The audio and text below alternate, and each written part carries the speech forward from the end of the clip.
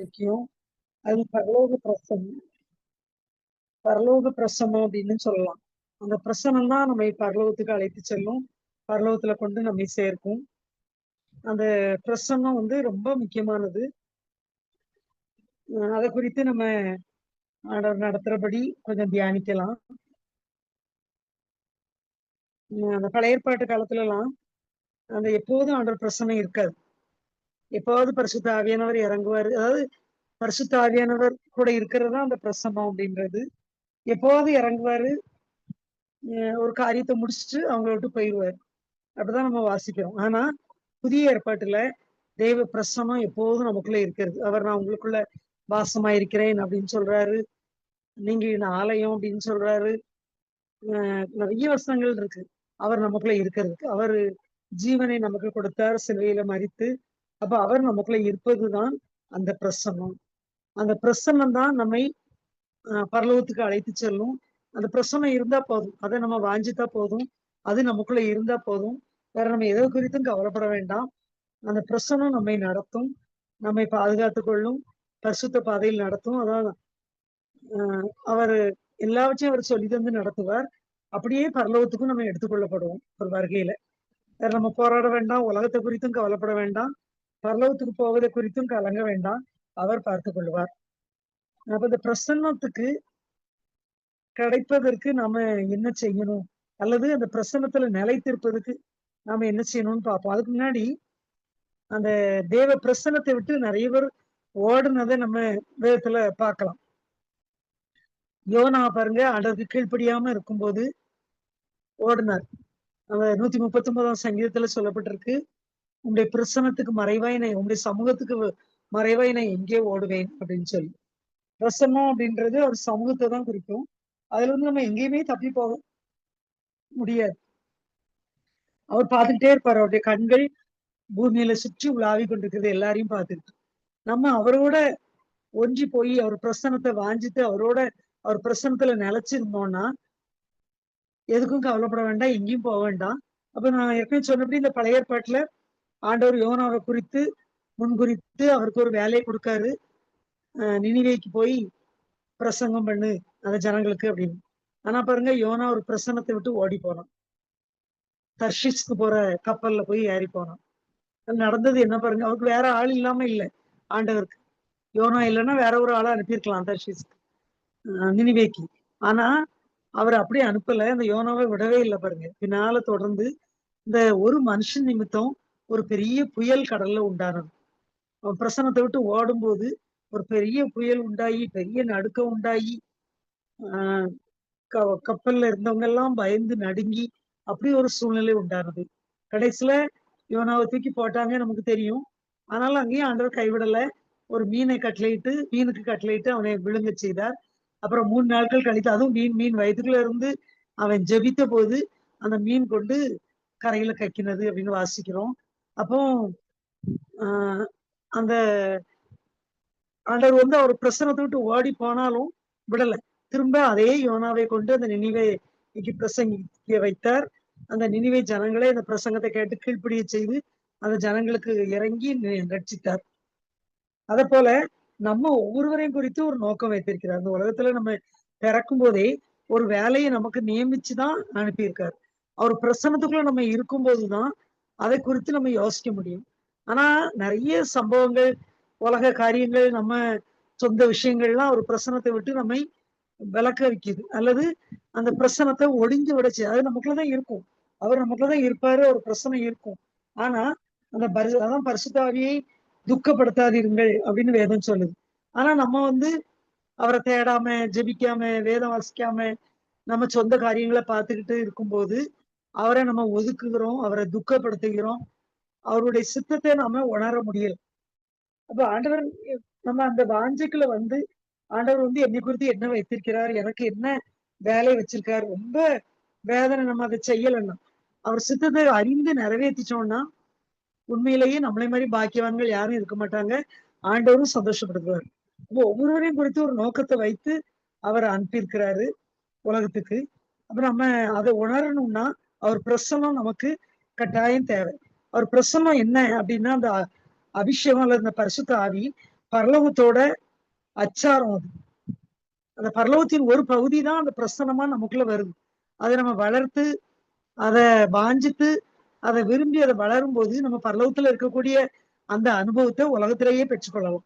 உலகத்து காரியத்துக்கு நம்ம பயப்பட வேண்டாம். அது நம்ம ஒண்ணும் செய்ய முடியாது. பரலோக அனுபவம் நமக்கு கிடைக்கும். இன்னும் சொல்ல போனா அந்த ஏதேன் தோட்டத்துல ஆண்டவர் உலாவினார் ஆதாம் ஏவலோட நமக்கு தெரியும். பேசினார். அவங்க பாவம் செய்த போது அவர் சமூகத்தை விட்டு ஓடி போனாங்க, ஒளிஞ்சாங்க. அப்ப அந்த பாவம் வந்து ஒரு பிரசனத்தை விட்டு நம்மை விளக்கும். அதே நேரத்துல அந்த பிரசனத்தை விட பெரிய பிரசன்னம் இப்போது நமக்கு தந்திருக்கிறார் ஆண்டவர். நமக்குள்ளேயே இருக்கிறார். அதை நம்ம உணர்ந்து அதை வளர செய்யும் போது நிச்சயமா இந்த பிரசனம் நம்மள வளரும், நம்மை காத்துக்கொள்ளும், நம்ம பரிசுத்தமாய் வாழ அது ஏதுவாய் இருக்கும். அப்ப அந்த ஆதாம் ஏவாளுக்கு கிடைக்காத அதை விட ஒரு மகிமையின் பிரசன்னம் நமக்கு தேவன் தந்திருக்கிறார். அவங்க பாவம் செய்யும் போது ஓடினாங்க. அதே மாதிரி யோனா கீழ்ப்படியாம இருக்கும்போது ஒரு பிரசன்னத்தை விட்டு ஓடி போனார்.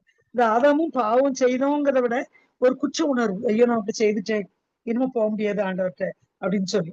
ஒருவேளை நமக்கு அந்த அதே மாதிரி குற்ற உணர்வுனால நம்ம வந்து ஆண்டவரை விட்டு விலகணும்னு நினைக்கலாம். அப்படி இல்லை, ஆண்டவர் மன்னிக்க தயை பெருத்தவரா இருக்கிறார். அவர் நமக்குள்ள இருக்கிறார். அவரை துக்கப்படுத்தாதபடி நம்ம ஒதுங்குறதுதான் அவருக்கு துக்கம். நம்ம அதை அறிக்கையிட்டு அவர் பார்த்துக்கிட்டு தான் இருக்காரு நம்ம தப்ப. அதுக்காக ஒதுங்க வேண்டிய அவசியம் இல்லை. நம்ம அறிக்கை இடும்போது அவர் நமக்கு மன்னித்து அவர் பிரசனத்தால் நம்ம இன்னும் நிரப்புவார், நம்மை நடத்துவார். அந்த மாதிரி யோசேப்பு அந்த ஆதியாகமம் 45ஆம் அதிகாரத்துல சொல்லப்பட்டிருக்கு.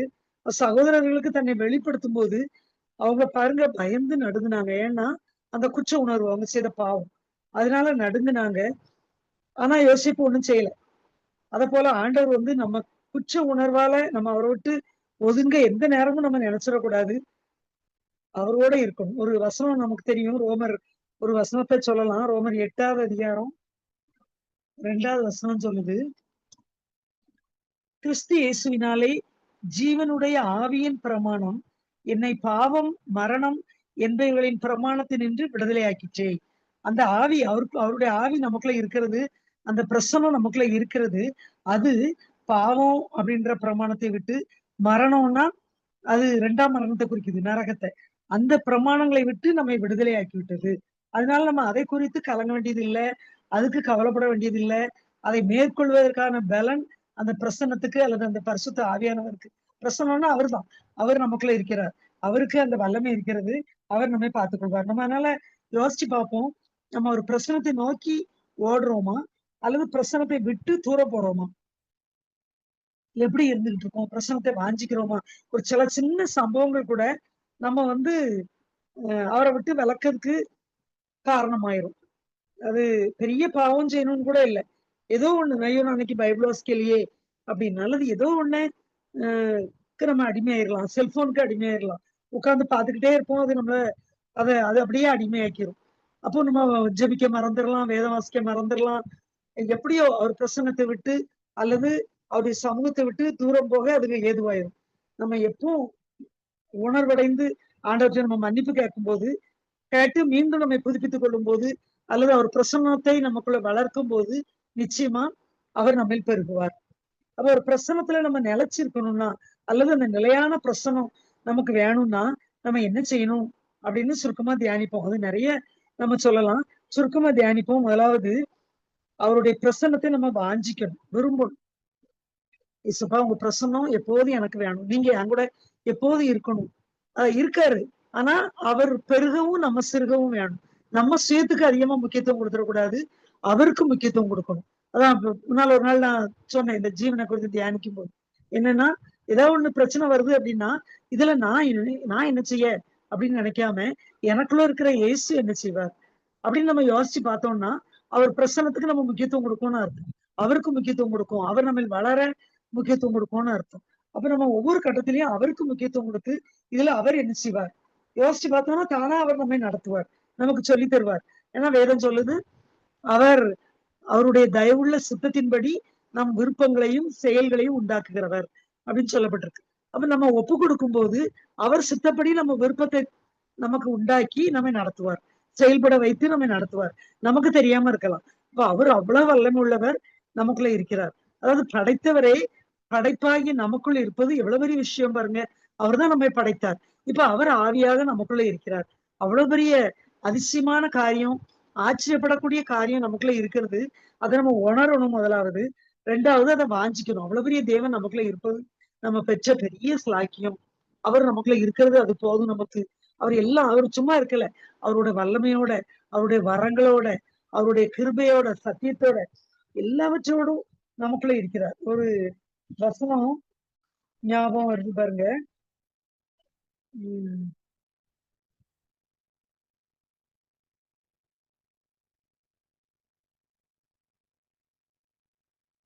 அவர் யோவான் 1வது அதிகாரத்துல 13, 14 வசனத்தை பார்த்தோம்னா,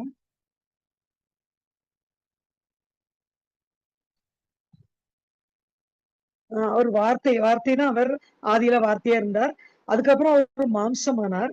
அந்த 14வது வசனம் சொல்லுது, அந்த வார்த்தை மாம்சமாகி கிருபையினாலும் சத்தியத்தினாலும் நிறைந்தவராய் நமக்குள்ளே வாசம் பண்ணினார். நமக்குள்ள ஒரு வாசம் பண்றாரு. எப்படி? அவருடைய கிருபையினால சத்தியத்தினால நிறைந்து நமக்குள்ள வாசமாயிருக்கிறார். அப்ப அவருக்குள்ள உள்ள வல்லமை, வரங்கள், கிருபை, அந்த உண்மை, சத்தியம் எல்லாம் அவர் கூடவே நமக்குள்ள இருக்கிறது. நமக்குள்ளதான் எல்லாம் இருக்கு. நம்ம எங்கேயோ அவரை தேடி அலைய வேண்டியதில்லை. அதை நம்ம உணர்ந்தா போதும். அவர் நமக்குள்ள இருக்கிறார் என்பதை நம்ம உணர்ந்து அவர் பிரசன்னத்தை வாஞ்சிக்கும் போது அவர் பிரசன்னத்தால நம்ம முழுசும் நிரப்பப்படுவோம். அந்த பிரசனம் நம்ம பெருகும், வளரும். அஹ் அது நம்மை நடத்தும்.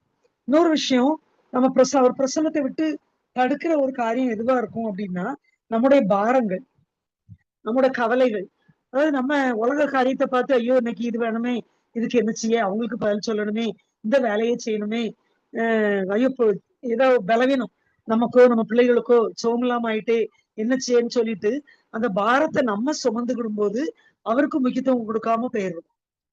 வேதம் தெளிவா சொல்லுது, கர்த்தர் மேல் பாரத்தை வைத்து விடு, அவர் உன்னை ஆதரிப்பார். கொஞ்சம் நம்ம மனசுக்கு அதை நினைவூட்டணும். ஆண்டவர் சொல்றாரு பாரத்தை அவர் மேல வைத்து விட சொல்லி. நம்ம சுமக்க வேண்டிய அவசியமே இல்லை. அதான் ஒரு கதை அழகா சொல்லுவாங்க. ஒரு பாட்டியமா ஒரு புல்லுக்கட்டை தூக்கிட்டு போனாங்களாம் கஷ்டப்பட்டு. உடனே ஒரு வண்டிக்காரர் நிறுத்தி வண்டியில ஏத்திக்கிட்டாரு. சரின்னு சொல்லி வண்டியில ஏறினவங்க திடீர்னு அவர் திரும்பி பார்க்காரு, புல்லுக்கட்டை தலையில வச்சுட்டு உட்கார்ந்துருக்காங்க. ஏம்மா இப்படி சுமந்துகிட்டு இருக்கீங்கன்னா, ஐயா எனக்குதான் வண்டி, என்னையதான் ஏத்துவீங்க, புல்லுக்கட்டையுமா உங்க வண்டி சுமக்கும் அப்படின்னாங்க. எவ்வளவு முட்டாள்தனம் பாருங்க. அதுல இறக்கி வச்சுட்டு உட்காரலாம், எல்லாம் ஒண்ணுதான். நம்மளும் சில நிறைய நேரங்கள்ல நம்ம பாரங்களை நம்ம சுமந்துகிட்டு ஆண்டவர் தயாரா இருக்காரு. என் மேல உன் பாரத்தை வை. அது மட்டும் இல்ல, அந்த பாரத்தை நீக்க அவர் வல்லவரா இருக்கிறார். எவ்வளவு பெரிய பிரச்சனையா இருந்தாலும் அவரால் தீர்க்க முடியாது ஒண்ணு இல்ல. நம்ம அவர்கிட்ட சொல்லாம நம்ம சுமக்கும் போதுதான் அவர் அமைதியாயிடுறாரு.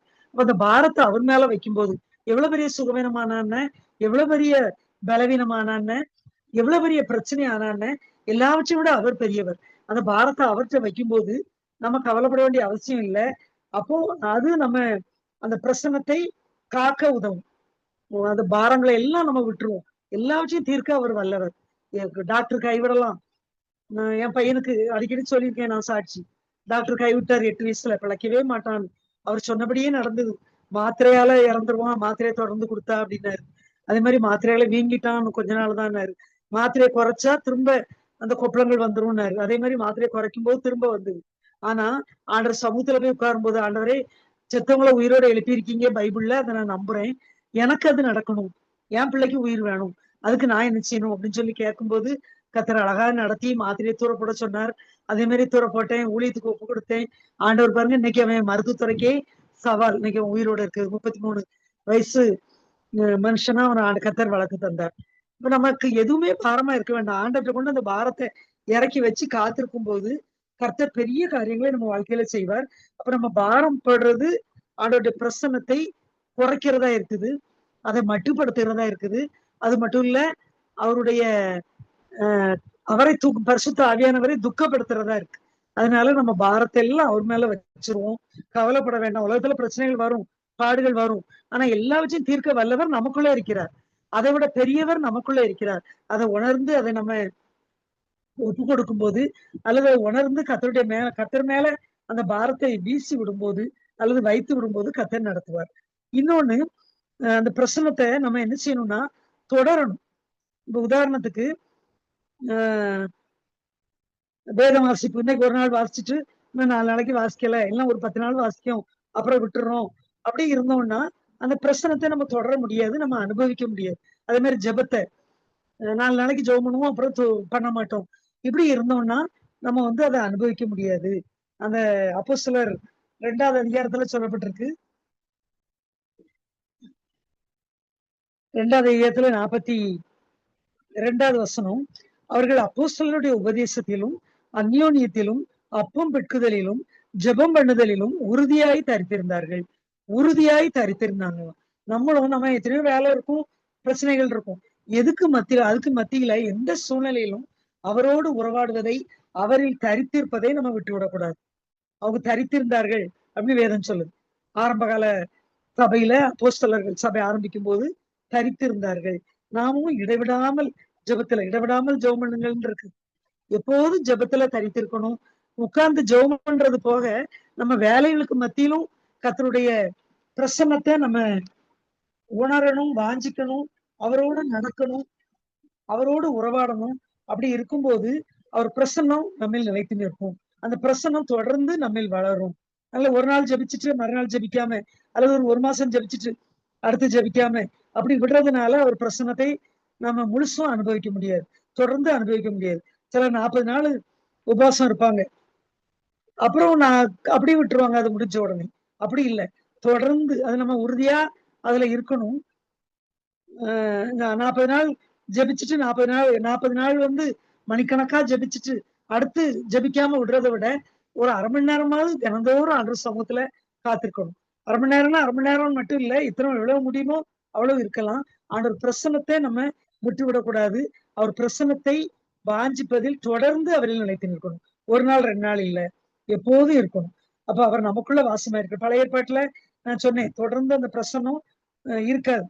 பரிசுத்த ஆவியானவர் அப்பப்போ வந்துட்டு போயிடுவாரு.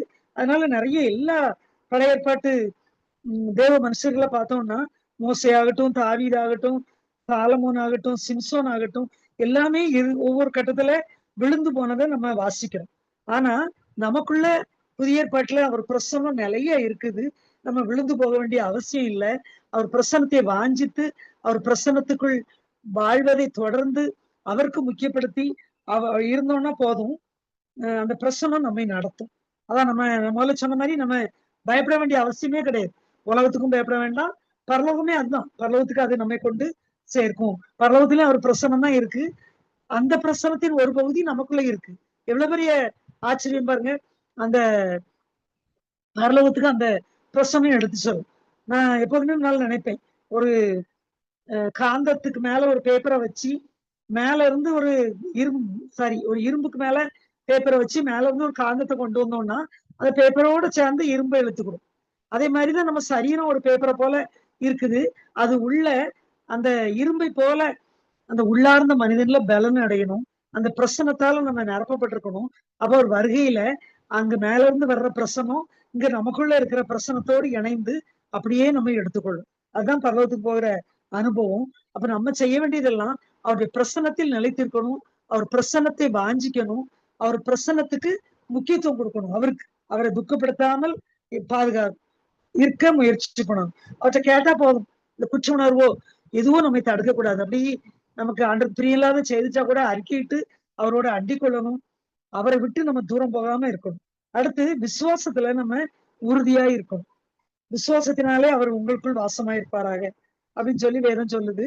அந்த விசுவாசத்தை நம்ம வர்த்திக்க செய்யும். நம்ம விசுவாசத்தை வளர்ப்பதற்கேற்ற சூழ்நிலைகளை உருவாக்கிக்கிறணும். நம்ம பல சாட்சிகளை கேட்கலாம், நிறைய செய்திகளை கேட்கலாம், வேதத்தை வாசிக்கலாம். வேதத்துல உள்ளதை அன்னைக்கு நடந்த மாதிரி இன்னைக்கும் நடக்கும், நான் நம்புறேன்னு சொல்லி அதை நம்பணும். அப்படிலாம் செய்யும் போது நம்ம விசுவாசத்தை வளர்க்கும் போது அந்த பிரசனம் நம்மில் வளரும், பிரசனம் நம்மில் நிலைத்திருக்கும். அடுத்தது அபிஷேகம். ஒருவேளை யாராவது நீங்க கர்த்தருடைய அபிஷேகத்தை பெறாமல் இருந்தீங்கன்னா தயவுசெய்து அது ரொம்ப முக்கியம். அதை ஆண்டவர்கிட்ட கேட்டு அதை விரும்பி கேட்டீங்கன்னா ஆண்டவர் நிச்சயமா தருவார். அதை கேட்டு பெற்றுக்கொள்ள வேண்டும். அதுதான் அந்த பிரசனம். அது ஒரு வசனம் இருக்கு பாருங்க, 1 யோவான் 2வது அதிகாரத்துல 27வது வசனம், நீங்கள் அவராலே பெற்ற அபிஷேகம் உங்களில் நிலைத்திருக்கிறது, ஒருவரும் உங்களுக்கு போதிக்க வேண்டியதில்லை. அந்த அபிஷேகம் சகலத்தையும் குறித்து உங்களுக்கு போதிக்கிறது. அது சத்தியமா இருக்கிறது, பொய்யல்ல. அது உங்களுக்கு போதித்தபடியே அவரில் நிலைத்திருப்பீர்களாக. அத பாருங்க, அந்த அபிஷேகம் தான் அந்த பிரசன்னம். அவர் அபிஷேகம் நமக்குள்ள இறங்கும்போது, அது நம்மை போதித்து நடத்தும். அது நம்மில் நிலைத்திருக்கும். நாமும் அதில் நிலைத்திருக்க வேண்டும். அந்த அந்த அபிஷேகத்தை நம்ம கேட்டு பெற்றுக்கொள்ள வேண்டும். அந்த அபிஷேகம் அவருடைய பிரசன்னம் தான். அது நமக்கு நம்ம கிரியினால உண்டாவதல்ல. கலாத்தியர் 3வது அதிகாரத்துல சொல்லப்பட்டிருக்கு. அது கிரியினால இல்ல. அது அவருடைய ஈவு. அது அவர் தர சொல்லிருக்கு லூக்காவுல. நீங்க பரிசுத்த பொல்லாதவர்களாகி நீங்கள் உங்க பிள்ளைகளுக்கு நல்ல ஈவை கொடுக்க அறிந்திருக்கும் போது, உங்க பரம பிதா உங்களுக்கு பரிசுத்த ஆவியை கொடுப்பது அதிக நிச்சயம் அல்லவா அப்படின்னு சொல்லியிருக்கிறார். மாம்சமான யாவர் மேலே என் ஆவியை ஊற்றுவேன்னு சொல்லியிருக்கிறார். அவர்கிட்ட கேட்டோம்னா நிச்சயமா அவருடைய ஆவியை நமக்கு ஊற்றுவார். அவருடைய அபிஷேகத்தை நமக்கு தருவார். அதான் அவருடைய பிரசன்னம். அதை நம்ம பெற்று காத்துக்கொள்வோம். அது நமக்கு நிலைத்து நிற்கும். அந்த பிரசன்னம் தான் நம்மை நடத்தும். அவர் நம்மை கைவிட மாட்டார். இன்னொரு விஷயம், நம்ம துதிக்கும் போது அவர் பிரசன்னம் நம்மில் பெருகும். துதிக்க துதிக்க அவர் நம்மில் பெருகுவார். அது நிறைய சம்பவங்களை நம்ம பார்க்கலாம். அவர் துதிக்கும் போது பவுலும் சிலாவும் துதிக்கும் போது அந்த சிறைச்சாலை கதவே உடைந்தது. அவர் பிரசனம் அந்த இடத்தை சிறைச்சாலையை நிரப்பிட்டு அந்த பெரிய பூமியை அதிர்ந்தது. அப்படிப்பட்ட ஒரு பிரசனம் இறங்கி வந்தது. அப்படி நிறைய சம்பவங்கள் நம்ம பார்க்கலாம். அப்ப அவரை துதிப்பது, அதாவது இந்த ஜனத்தை எனக்கென்று ஏற்படுத்தினேன், அவர்கள் என் துதியை சொல்லி வருவார்கள் அப்படின்னு ஆண்டவர் சொல்லியிருக்காரு. எந்த சூழ்நிலையும் அவரை துதிக்க மறந்துடக்கூடாது. அதிகாலையில் எழுந்து, காலையில் நம்ம எழுந்திருப்பதே ஆண்டவருடைய கிருபை. அதை நினைச்சு நம்ம அவருக்கு நன்றி சொல்லணும். ஜீவனோட எழுந்திருப்பது, சுகத்தோட எழுந்திருப்பது. நான் சொல்லியிருக்கேன், ஒரு நாள்லாம் அதிகாலையில் 5 மணிக்கு கண்ணை திறந்தா தாங்க முடியாத காய்ச்சல். அதோட கொண்டு பெட்ல அட்மிட் பண்ணாங்க. மாசக்கணக்கா அங்க இருந்தேன் ஹாஸ்பிட்டல்ல. அப்படி ஒரு பயங்கரம். எந்திரிக்க முடியுமா, கால் நடக்க முடியுமான்னு தெரியாம. அப்ப அப்படியெல்லாம் வராதபடி கத்தர் ஒரு நாள் வந்தது. அது எதுக்குன்னா, மத்த நாள நான் அப்ப உணர்றேன், இன்னைக்கு நான் சோத்தோட எழுந்திரிச்சிட்டேன். அன்னைக்கு வந்த மாதிரி இன்னைக்கு எனக்கு வரல. ஆண்டவர் சோத்தை தந்தார், ஜீவனை தந்தார் அப்படின்னு சொல்லி நன்றியோட அவரை ஒவ்வொரு நாளும் நம்ம பாடி துதிக்கும் போது அவர் பிரசன்னம் நம்மில் பெருகும். அவர் நம்மில் நிலைத்து இருப்பார். அவரை துதித்து துதித்து அவரை நம்மில் வளர்க்கணும். அவர் நம்மில் பெருகணும், நம்ம சிறுகணும். அப்படி அடுத்தது, நம்ம ஐக்கியத்தை விட்டு விடக்கூடாது. சபை கூடுதலை விடுவது போல நீங்கள் விட்டு விடாதீர்கள் சொல்லப்பட்டிருக்கு. சபைக்கு போவதை எந்த சூழ்நிலையும் விடக்கூடாது. இன்னும் கூடி கூடி இப்ப நம்ம இது கூட ஒரு கூடுகை தான். நம்ம சூம் இதை போன்ற அனுபவங்களை நம்ம விட்டுறக்கூடாது. ஏன்னா 2-3 பேர் என் நாமத்தினால கூடி இருக்கும் போது நாங்க இருக்கிறேன்னு சொல்றாரு. அதான் அவர் பிரசன்னம், அங்க இருக்கிறேன்றது. அப்புறம் நம்ம கூடுற இடத்துல தேவ பிரசன்னம் இருக்கும். அது நிறைய நம்ம பார்க்கலாம். ஒருவர் ஆணல் மூட்ட முடியும், ஒருவர் தேய்ச்ச முடியும். நம்ம கூடி இருக்கும்போது அந்த சாலமோன் ஆலயத்துல 2 நாளாகமத்துல சொல்லப்பட்டிருக்கு, ஒரு 120 பேர் கூடி அந்த இடத்துல துதிக்கிறாங்க. 2 நாளாகமம் 5வது சொல்லப்பட்டிருக்கும். அப்போ அவருடைய மகிமை ஆலயத்தை நிரப்பிற்று. அப்ப தேவ மகிமை இறங்குறதுக்கு நம்ம ஒரு சிலரா கூடி துதிக்கணும், கூடி ஜெபிக்கணும், நம்ம இணைந்து காரியங்களை நடப்பிக்கணும். ஆண்டவருக்குன்னு அவர் நாமத்தில் நம்ம கூடி வரும்போது அவர் பிரசன்னம் நம் மத்தியில் பெருகும். அவர் பிரசன்னம் பெருகும்படியா நம்ம நடந்துக்கிடணும். இன்னொரு விஷயம், நம்ம அந்த பிரசனத்தை வெளிப்படுத்தணும். மற்றவங்களுக்கும் நம்ம சொல்லணும். நம்மளால முடிஞ்ச அளவு ஆண்டவருடைய அன்பை நம்ம வெளிப்படுத்தும் போது அவர் மகிழ்வார் நமக்குள்ள. அவர் பிரசன்னம் பெருகும். அதாவது எனக்கு சூழ்நிலை வரும், நம்ம ஒருவேளை ஊழியத்துக்கு ஒப்பு கொடுத்திருந்தா கூட நான் பெரிய ஊழியக்காரர்களா அனுப்புறதான் ஊழியம் செய்வேன் அப்படின்லாம் இல்லை. நம்ம யோசிப்ப பாருங்க, சிறைச்சாலையிலேயே ஒரு பெரிய அரண்மனை வாழ்க்கை அவருக்கு காத்திருக்கு. ஆனா சிறைச்சாலையிலேயே அந்த ஊழியத்தை தொடங்கிட்டார், தீர்க்கதரிசனம் சொல்ல ஆரம்பித்தார். அதனாலதான் அந்த அரண்மனை வாழ்க்கை வந்தது. அது போல நம்ம சிறைச்சாலை போன்ற அனுபவத்துல இருந்தா கூட இருக்கிற சூழ்நிலையில நமக்கு ஆண்டவர் செய்த அற்புதத்தை நம்ம வேதத்துல கற்றுக்கொண்ட அல்லது நம்ம எப்படி செய்திகள் மூலமா கற்றுக்கொண்ட விஷயங்களை, அவருடைய பிரசன்னத்தை நம்ம மற்றவங்களுக்கு அறிவிக்க அவருடைய பிரசன்னம் நம்மில் பெருகும். அந்த ஊழியக்காரருடைய மனைவி கடனா இருக்கும்போது சொல்லுவார் பாருங்க, நீ எண்ணெயை கொண்டு ஊற்று, பாத்திரங்கள் எங்கெல்லாம் கிடைக்குமோ அங்கெல்லாம் வாங்கிட்டு வந்து ஊற்றுங்கன்னு சொல்லுவாரு. ஊழியக்காரங்க ஊத்த அது வந்துகிட்டே இருந்தது. எப்போ இன்னும் பாத்திரம் இல்லைன்னு சொன்னாங்களோ அப்ப நின்று போயிட்டு. அதே மாதிரி நம்ம மத்தவங்களுக்கு சொல்ல நம்முடைய பிரசன்னம் நமக்குள் இருக்கிற தேவ பிரசன்னம் பெருகிக்கிட்டே இருக்கும். அதனால நம்ம இருக்கிற இடத்துல கர்த்தரை அறிவிப்போம். நம்மளால முடிஞ்ச அளவு எத்தனையோ பேர் பிரச்சனையில இருக்காங்க. அது ஒரு சம்பவம் உண்டு. வாய் பேச முடியாத ஒரு ஊமை. ஆஸ்பத்திரியில தரைய தொடச்சுக்கிட்டு இருக்கக்கூடிய துடைக்கிற வேலை செய்யற ஒரு சகோதரன். அவர் அவ்வளவு சந்தோஷமா இருக்கிறத பெரிய டாக்டர் பார்த்து ஆச்சரியப்படுவாரு. வாய் பேச முடியல. சாதாரண கூலி வேலை செய்யறாரு. இவருக்கு எப்படி சந்தோஷம்? ஒரு நாள் அவர் மாடியில இருந்து பெரிய டாக்டர் ரொம்ப துக்கமா இறங்கி வரும்போது, இந்த வாய் பேச முடியாத மனுஷன் ஓடி போய் அவரோட சர்ச்சோட விசிட்டிங் கார்டை கொண்டு கொடுத்தாரு. குடுத்து அங்க போங்க அப்படின்னு சொல்லி. டாக்டருக்கு அப்போ ஒரு ஆறுதல் தேவைப்பட்டது, ஒரு வழி தேவைப்பட்டது. போனாரு. அவர் ரட்சிக்கப்பட்டார். ஒரு ஒரு பெரிய கர்த்தருக்கு சாட்சியா மாறினார். அப்ப பாருங்க, பேச முடியாத ஒரு சகோதரன் கூட அவருக்கு மேல உள்ள ஒரு பெரிய டாக்டர ரட்சிப்புக்குள் நடத்த முடியும் போது, நமக்கு ஆண்டவர் எல்லா தாளந்துகளையும் தந்திருக்கிறார். நம்மால எவ்வளவோ மற்றவங்களுக்கு ஆண்டவருடைய அன்பை சொல்ல முடியும். சொல்லும்போது அவர் பிரசன்னம் நம்மள பெறும். அப்போ அந்த பிரசன்னம் தான் அந்த பரலோக வாழ்க்கை. பரலோகத்தின் அபிஷேகம் தான் பிரசன்னம் நமக்குள்ள இருக்குது. அதை நம்ம பெற்றுக்கொள்ளணும்னா, முதலாவது அதை வாஞ்சிக்கணும். நம்முடைய பாரத்தை எல்லாம் கர்த்தர் மேல் பாரத்தை வைத்து விடுன மாதிரி அந்த பாரம் நம்முடைய கவலை அவர் பிரசன்னத்தை தடுத்து விடக்கூடாது. அதை துற வைக்கணும். அடுத்ததாக அதே மாதிரி வேத வாசிப்பு, ஜெபம் இதெல்லாம் நம்ம தொடர்ந்து செய்யணும். ஒரு நாள் செய்து ஒரு நாள் விட்டு விடாதபடி தொடர்ந்து அதுல இருக்கணும். விசுவாசத்துல நம்ம வளரணும். ஒன்று பார்த்து அடுத்தவங்களுடைய அற்புதத்தை பார்த்து நம்மளே விசுவாசம் குறையும் போது என்ன செய்யலாம் அப்படின்னு ஆண்டவரே எனக்கு விசுவாசத்தை தாங்கன்னு கேட்கலாம். நிறைய சாட்சிகளை பார்த்து நம்ம வளர்த்து கொள்ளணும். உலக காரியம் மட்டும் உலக காரியம் நம்மளை காப்பாத்தாது. இதெல்லாம் நம்ம உணர்ந்து கர்த்தருக்குள்ள வளரணும். அதே போல அபிஷேகத்தை பெற்றுக்கொள்ளணும். அந்த அபிஷேகம் தான் பிரசன்னம். அது நம்மை போதித்து நடத்தும். அடுத்தது துதிக்கணும். கர்த்தரை எப்போதும் துதிக்கும் போது அவர் பிரசன்னம் வளரும். அவர் நம்மில் வளருவார். அதே மாதிரி ஒரு ஐக்கியத்தை உண்டு பண்ணணும். சபை கூடி வருதலை விட்டு விடக்கூடாது. இந்த நம்ம ஜூம் மீட்டிங் மாதிரி எது சின்னதோ பெரியதோ ஒரு சிலரா கூடும்போது அவங்க மத்தியில இருக்கிறேன்னு சொன்னாரு. அந்த பிரசன்னம் நம்மை நிரப்பும். அந்த ஐக்கியத்தை விட்டு விடக்கூடாது. மற்றவங்களுக்கு தேவ அன்பை சொல்லணும். நமக்கு தெரிந்த விஷயத்தை கர்த்தரை பத்தி நம்ம தெரிந்ததை மற்றவங்களுக்கு சொல்லும் போது அவருடைய பிரசன்னம் நம்மை பெருகும், வளரும், அது நிலைத்திருக்கும். இந்த பிரசனத்தை நம்ம எந்த சூழ்நிலையும் விட்டு விடக்கூடாது. அவர் நிலைத்திருப்போம். அந்த பிரசனம் நம்ம நிலைத்திருக்க நம்மை ஒப்பு கொடுப்போம். கர்த்தர் இந்த வார்த்தைகளை ஆசீர்வதிப்பாரு.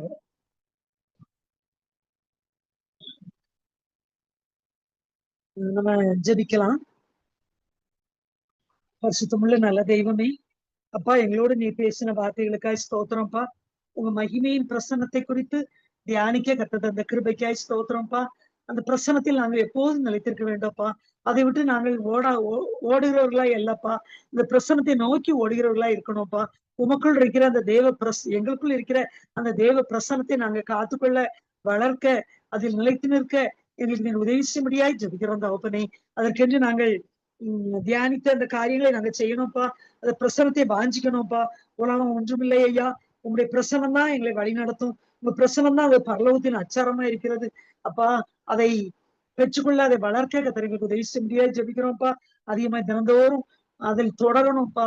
ஜெப வாழ்க்கையில வேத வாசிப்புல ஒவ்வொரு நாளும் விட்டு விடாதபடி, இப்போ ஒரு நாள் கூட விட்டு விடாதபடி அது தொடர்ந்து இருக்க கிருபைதாங்க. ஒவ்வொரு நாளும் காலையில் நாங்கள் ஜீவனோடு இருப்பது உங்களுடைய கிருபையப்பா. அப்பா அதை உணர்ந்து நாங்கள் பாடி துதிக்க கிருபைதாங்கப்பா. நாங்கள் ஐக்கியங்களை விட்டு விடாதபடி காத்துக்கொள்ளுங்க. சபை கூடுதலை விட்டு விடாதபடி காத்துக்கொள்ளுங்க தகப்பனே. ஏசப்பா எங்க விசுவாசத்தை வர்த்திக்க செய்யுங்க தகப்பனே. அப்பா உமக்கு நன்றி. மற்றவர்களுக்கும் தகப்பனே உங்களுடைய அன்பை வெளிப்படுத்தக்கூடியவர்களாய் அப்பா இப்படி இதன் மூலம் பிரசனத்தில் நிலைத்து நிற்க வளர கர்த்தர் கிருபைதாங்க. பாவங்களை மேற்கொள்ளக்கூடிய அதிகாரத்தை எங்களுக்கு தாங்க. அப்பா குற்ற உணர்வுகளை எங்களை விட்டு எடுத்து போடுங்க தகப்பனே. அதை உணர்ந்து உம்மிடத்துல அறிக்கையிட்டு விட்டுவிட கர்த்தர் உதவி செய்யுங்கப்பா. பரிசுத்தப்படுத்துங்க கர்த்தாவே. உங்களுடைய பிரசனம் எங்களை காத்து நடக்கட்டும்ப்பா. உங்க பிரசனம் எந்தைக்கும் எங்களுக்கு நிலைத்திருக்கட்டும்ப்பா. இயேசுவே எங்க நோக்கமெல்லாம் உங்களுடைய பிரசனத்துக்கு காத்திருப்பதாகவும், பிரசனத்தை வளர்ப்பதாகவும், அப்ப உமக்குள் நிலைத்திருப்பதாகவும் இருக்கட்டும் தகப்பனே. இயேசுவே இந்த வார்த்தையின்படி நாங்க வாழ எங்களுக்கு உதவி செய்யும் தகப்பனே. எங்களை ஒப்பு கொடுக்கிறோம்ப்பா. இயேசுவின் நாமத்தில் ஜெபிக்கிறோம் நல்ல தகப்பனே. அப்பா உமக்கு நன்றி.